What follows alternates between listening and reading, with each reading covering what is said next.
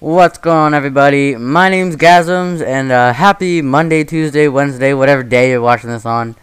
I just like to thank SuburbanLegend real quick for letting me put this on his channel and his little series.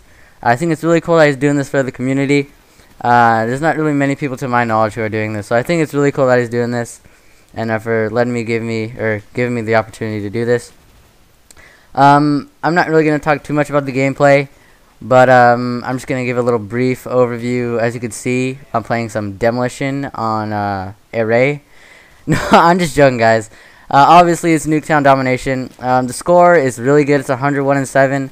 But I guess you could argue that it doesn't really take skill because it's on Nuketown. But I would argue that Nuketown is kind of one of the more skillful maps because you do have to learn choke points, dodge grenade spam like I did a few seconds ago.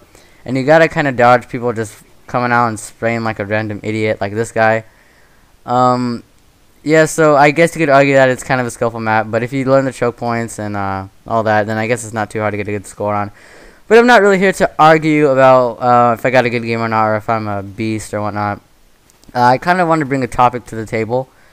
It's kind of a controversial word. It's kind of a word me and my friends use, but when people say it's kind of offensive, it's the N-word, people. It's the word nerd. What do you think I was going to say? You guys thought I was going to be some racist asshole who was going to start throwing around the N-word. No, but seriously, people, I just want to talk about nerd and why people call other people no-life and whatnot in Call of Duty. Like, I'm like 95% sure you've been called a no-life at least once in your entire life. So, like, why do people call each other no-lives? It's like kind of this idea where someone plays video games a lot, or they have like good grades or something. It's kind of this fact where you're not being active or social, and I guess you have no life. Well, why isn't someone who plays sports 24/7 considered a no life? I mean, you can't really judge them upon that because all you see them doing is playing sports 24/7. So why aren't they being called a no life? They're not.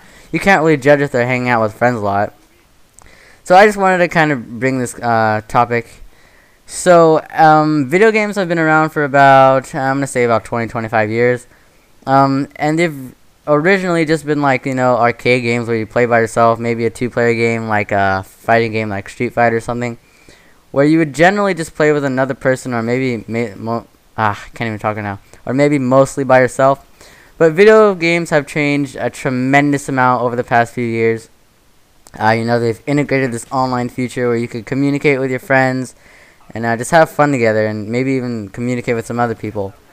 But other people who don't play video games or appreciate the fact that you can play online, they kind of perceive the fact where if you're talking to somebody else online that you don't know, you're being a no-life because you can't get your own friends.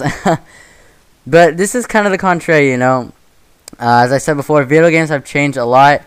And my friends and I, we just don't use video games to just play Call of Duty and waste our lives away because we're not good at sports and we're fat dumbasses.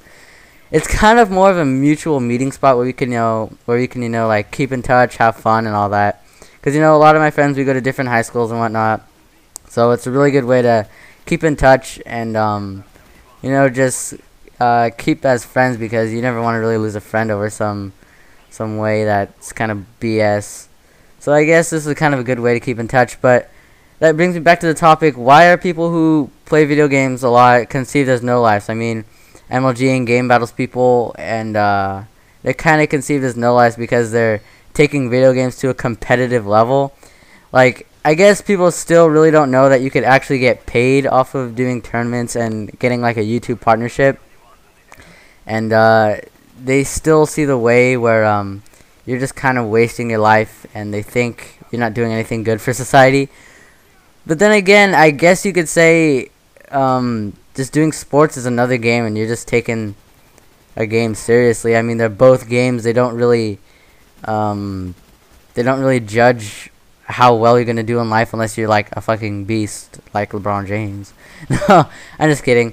But yeah, unless you're like a beast and you're going to go on to be in like the NBA or NFL or something like that, then I guess you wouldn't conceive it as a no-life. But if you're like kind of just an average Joe just practicing basketball, so why aren't you conceived as a no-life? You're not really doing anything. You're just taking a game seriously. I mean, it's the same with video games. You're just taking a game seriously.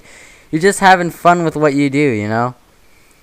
So that's just kind of my spiel on that, why people call each other no lives. As for me, I don't really get offended when someone calls me a no life. It's kind of like a thing where I'm like, you know, haters gonna hate. I don't really care.